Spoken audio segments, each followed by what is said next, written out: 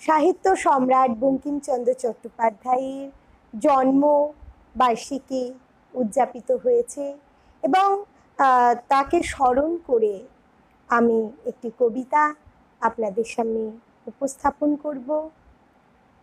চলুন শুরু করা যাক। কবিতার নাম বঙ্কিমের আলোকে। বাংলা সাহিত্যের অঙ্গনে মেতেছিলেন যখন সাহিত্যিক, কবি, ঔপন্যাসিকগণ, সেই শুভক্ষণে নিভৃতে নীরবে পেয়েছিলেন স্থান আপনি বাঙালি ও বঙ্গবাসীর কোমল অন্তরে। রাজকীয় সমাহারে পেয়েছিলেন সাহিত্যের শ্রেষ্ঠ উপাধি, সাহিত্য সম্রাট। কেউ বা আপনারে দিয়েছিলেন ঋষি উপাধি, পেয়েছিলেন যোগ্য সম্মান, রায় বাহাদুর, বাংলার স্কট, কত শত উপাধিতে হয়েছিলেন সমৃদ্ধ। বাংলা সাহিত্যের স্মরণীয় ইতিহাসে স্মরণীয় হয়ে আছেন আপনি কালের স্রোতে। রেখেছে মনে ভারতবাসী বাঙালি কমলাকান্ত রামচন্দ্র, আজও স্মরণীয় হয়ে আছে ব্যঙ্গাত্মক উপন্যাসের ছদ্মনামের আড়ালে। সংবাদ প্রভাকর পত্রিকায় প্রকাশিত প্রথম কবিতার হাত ধরে শুরু হয়েছিল আপনার সাহিত্য জগতের প্রথম পথ চলা।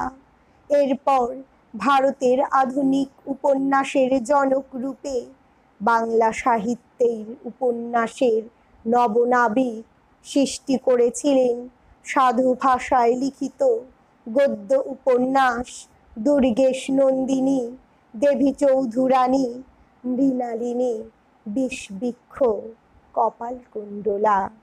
পরাধীন ভারতবর্ষকে স্বাধীনতার আস্বাদ দেবার জন্য তরুণ মুক্তিযোদ্ধাদের জাতীয়তাবাদের যে নব চিত্রায়ন চিত্রিত হয়েছিল বন্দে মাতরম সঙ্গীতে, তা আজীবন অনুপ্রাণিত করবে ভারতবর্ষের প্রত্যেক দেশবাসীকে।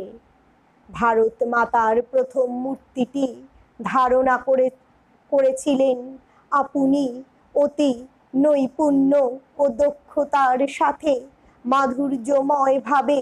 আপনি সাংস্কৃতিক ও আধ্যাত্মিক সারাংশের প্রতীকী চেতনায় মূর্ত রূপ পেয়েছিল মাতৃদেবী ভারতবর্ষ। ভারতীয় জাতীয় কংগ্রেসের অধিবেশনে বিশ্বকবি রবীন্দ্রনাথ ঠাকুর প্রথম গেয়েছিলেন বন্দে মাতরম, সুজলা সুফলা মলয়জ সেতরম, শস্য শ্যামলম মাতরম বন্দে মাতরম। গর্জে উঠেছিল সে সময় ভারত মাতার ৩৩ কোটি সন্তান ইংরেজদের স্বৈরাচারী শাসন শোষণের বিরুদ্ধে। ছাত্র, যুবা, কৃষক, সন্ন্যাসী, শ্রমজীবী, নর নারী মাতৃভূমির জন্যে দিয়েছিলেন তাদের অমূল্য প্রাণখানি। মনে ছিল অসীম সাহস, ছিল না কোনো অকুত ভয়। মনে ছিল দৃঢ় প্রতিজ্ঞা, যেভাবেই ভারতবর্ষে আনতে হবে স্বাধীনতার বিজয় পতাকা। বঙ্কিমচন্দ্রের এই সকল লেখনীতে আমরা হয়েছি ধন্য, তাই প্রতি ক্ষণে ক্ষণে মনে করি মোরা আপনার নাম। জন্মদিবস শুধু নয়, বাঙালি ভারতবাসীর প্রতিটি শুভক্ষণে, প্রতিটি বৈপ্লবিক চেতনায় আপনি আজও চিরস্মরণীয় হয়ে আছেন, থাকবেন চিরটি দিন। ধন্যবাদ।